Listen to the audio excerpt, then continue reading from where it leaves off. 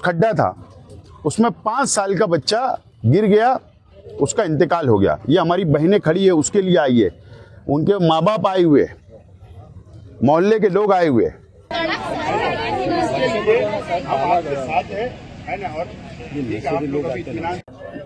जो गाड़ियां शहर में आती है यार न लेकर, जहां तक मेरी मालूमात है कि जो व्यापारी से माल खरीदा जाता है, तो वो आज 2 वफ्द लेकर हम लोग यहाँ पर आए हुए थे। पहला वफ्द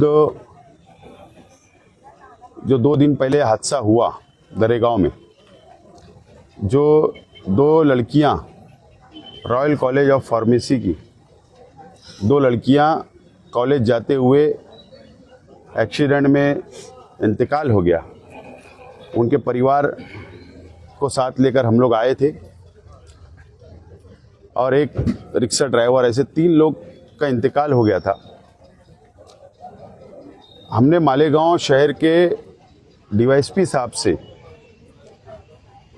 उनको मेमोरेंडम दिया, उनके सामने हमारी बातों को रखा कि ये जो हादसा हुआ है इससे शहर बहुत सदमे में है और इसके लिए आज हम हमारी बात रखने के लिए आए हुए थे।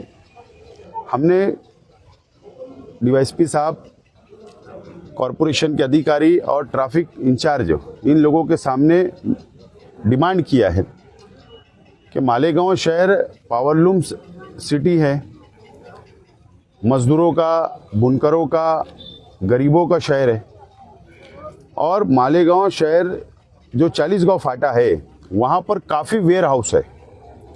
यार्न की गाड़ी वहाँ पर लाई जाए, वहाँ गाड़ियाँ खाली कराई जाए और छोटी गाड़ियों से, ट्रॉली से, ऑटो से या जो भी हो सकता है, छोटी गाड़ियों से माल की डिलीवरी शहर में की जाए और बड़ी गाड़ियों को पाबंदी लगा दी जाए, शहर में ना आए। ये हमने मुतालबा रखा। ट्रांसपोर्ट जो गठान भरती हैं गाड़ियाँ, तो शहर में ही ट्रांसपोर्ट है, वो गाड़ियाँ भी भरपूर लोड होती है और शहर से जाती है, तो उन लोगों को भी बाहर किया जाए इसके, ताकि शहर के अंदर हादसे ना हो, ट्रैफिक का नज़्म हो ना ख़राब हो, ट्रैफिक ना जाम हो।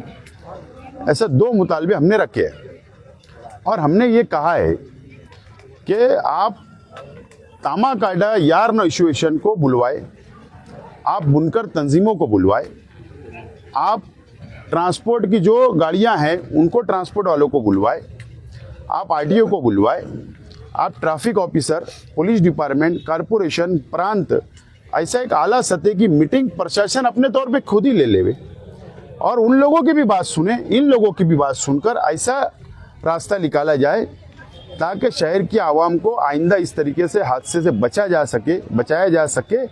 ये हमने डिमांड वहाँ पर की है। और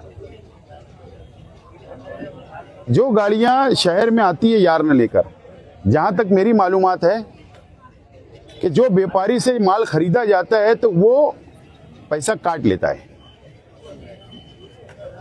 तो बोलने का मतलब जो पैसा अदा कर देता है वो पैसा बचाने के लिए, हमाली बचाना है, ट्रांसपोर्ट अपना वेयर हाउस का किराया बचाने के लिए सारी चीज़ें हैं। तो उन लोगों से भी यही रिक्वेस्ट है कि भाई आप भी शहर के लोग हो, शहर का ख्याल रखो, शहर की आवाम का ख्याल रखो। ये रिक्वेस्ट है। उन्होंने कहा है कि हम लोग जल्द एक आला सतह मीटिंग बुलवाकर इसके ऊपर फैसला करेंगे। दूसरी बात, फ्लाईओवर ब्रिज, आज हमने उनको मेमोरेंडम दिया था, कमिश्नर से कहा था कि 25 तारीख तक खोल दिया जाए, ऊपर से गाड़ियां जाने लगनी, लेकिन उन्होंने अभी सिटी इंजीनियर ने कहा है कि ठेकेदार को 20 लाख रुपया अदा किया गया है और वो आज रात से या कल से काम शुरू करेगा और कोशिश होगी कि जुमा तक ये काम मुकम्मल हो जावे। ठीक है, जुमा तक हम भी अब और देखेंगे, क्योंकि पुलिस डिपार्टमेंट के सामने बात हुई है और नहीं तो हमारे पास जमहूरी रास्ता है। हो सकता है शनिचर के दिन आमरण ऑपरेशन के ऊपर मैं खुद भी बैठ सकता हूँ। हमारे जिम्मेदारान के साथ में ये फैसला हमने किया है। ये 2 मेमोरेंडम देने के लिए हम यहाँ पर आए हुए थे और साथ में ये मेमन जमात के जिम्मेदारान भी आए हुए थे, क्योंकि जो लड़की का इंतकाल हुआ ये हमारे भाई है, जो मेमन है उनकी लड़की थी। दूसरी लड़की जो नंदन नगर की थी, हमारे अलियार भाई, जमील भाई, इनकी भांजी थी, वो लोग, उनका भी परिवार यहाँ पर आया हुआ है और ये मेमोरेंडम हमने दिया। दूसरा मेमोरेंडम ये दिया है कि रमज़ानपुरा इलाके में 3-4 दिन पहले एक हादसा हुआ। स्विमिंग पूल के बाहर एक गड्ढा हुआ, सोस खड्डा था, उसमें 5 साल का बच्चा गिर गया, उसका इंतकाल हो गया। ये हमारी बहनें खड़ी है, उसके लिए आई है, उनके माँ बाप आए हुए, मोहल्ले के लोग आए हुए। पुलिस डिपार्टमेंट के सामने हमने ये डिमांड की है कि उसकी इंक्वायरी करे और जिसका स्विमिंग पूल है या किसकी गलती होगी उसके ऊपर एफआईआर करे, कानूनी कार्रवाई करे, नंबर 1। नंबर 2, कारपोरेशन से भी हमने सामने बात को रखा है कि मालेगांव शहर में ऐसे जितने स्विमिंग पूल है, क्या उनको बांधकाम परमिशन है या उनका एनए है या उन्होंने स्विमिंग पूल के जो नॉर्म्स है उसका पालन कर रहे। अगर परमिशन होगा तो उनके ऊपर भी कार्रवाई करे। ये लापरवाही कारपोरेशन के टाउन प्लानिंग डिपार्टमेंट की है। ये हादसे जो हो रहे, रोड मुकम्मल नहीं हो रहा, ब्रिज मुकम्मल नहीं हो रहा, कारपोरेशन इसके जिम्मेदार है।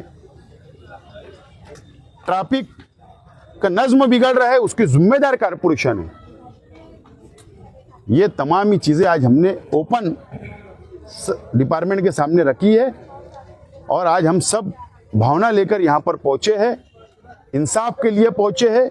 हमको पुलिस डिपार्टमेंट पर से उम्मीद है कि इंसाफ मिलेगा और कारपोरेशन और प्रशासन जो दूसरे डिपार्टमेंट है उनके साथ कंबाइंड मीटिंग पुलिस डिपार्टमेंट लेगी, ऐसी उम्मीद है और उन्होंने यकीन दिलाया।